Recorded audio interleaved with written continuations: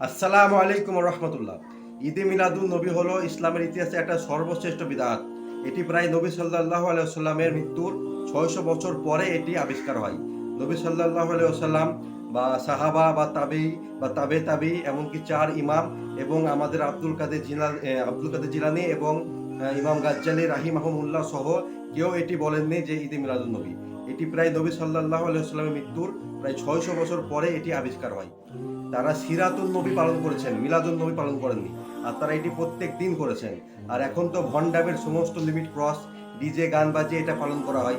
তো এই বিদাতকে আপনারা ছুঁড়ে ফেলে দিয়েন এবং এই দিন যদি পালন করতে হয় তো রোজা রাখবেন। কারণ নবী সাল্লাল্লাহু আলাইহি ওয়াসাল্লামকে প্রশ্ন করা হয়েছিল যে এই দিন আপনি রোজা কেন রাখেন? তো তিনি বলেছেন যে এই দিন আমার জন্ম হয়েছিল এবং এই দিনই আমি নবুয়ত লাভ করি। তো এই জিনিসটা আপনারা মাথায় রাখবেন। নবী সাল্লাল্লাহু আলাইহি ওয়াসাল্লামের জন্মদিনে যদি আপনারা কিছু করতেই চান তাহলে এই দিন রোজা রাখবেন, রোজা রাখার প্র্যাকটিস করবেন। বিদাত হলো ইবলিসের সব থেকে প্রিয় জিনিস, তাই এই বিদাত থেকে বেঁচে থাকবেন। আর যেটা সুন্নত সেটা পালন করবেন। তাই প্রত্যেক সোমবার আপনার রোজা রাখার চেষ্টা করবেন। যেদিন নবী সাল্লাল্লাহু আলাইহি ওয়াসাল্লাম জন্মগ্রহণ করেছিলেন এই দিন তিনি রোজা রাখতেন। তাই এই প্র্যাকটিসটা মোটামুটি শুরু করেন আর এই বিদাত থেকে বেঁচে থাকবেন।